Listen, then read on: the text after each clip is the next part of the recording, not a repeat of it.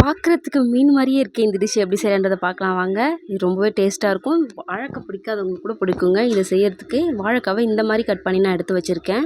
இப்போது ஒரு பாத்திரத்தில் 1 ஸ்பூன் அளவுக்கு மிளகாய்த்தூள், கொஞ்சமாக சோம்புத்தூள், சோம்பை வந்து நசுக்கி சேர்த்துருக்கேன். அது கூடவே சிக்கன் 65 மசாலா, கொஞ்சமாக காஷ்மீரி சில்லி, தேவையான அளவு உப்பு எல்லாத்தையும் சேர்த்து தண்ணி கொஞ்சம் கொஞ்சமாக விட்டு பிசைஞ்சு எடுத்துக்கலாம். இந்த பாருங்க இந்த மாதிரி பதத்தில் இருக்கணும்.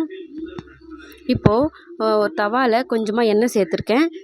எண்ணெய் நல்லா சூடானதும் வாழைக்காவை இந்த மாதிரி நல்லா பரட்டி எடுத்துட்டு தவாவில் போட்டு எடுத்துட்டிங்க அப்படின்னா, இது பாருங்கள் எல்லாத்தையும் ஒன்று ஒன்றா போட்டு எடுத்தாச்சு.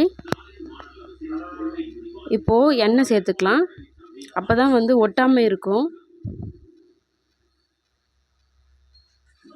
இந்த மாதிரி செஞ்சு எடுத்துட்டிங்க அப்படின்னா சூப்பரான வாழைக்காய் பொரியல் ரெடி ஆகிடுச்சு.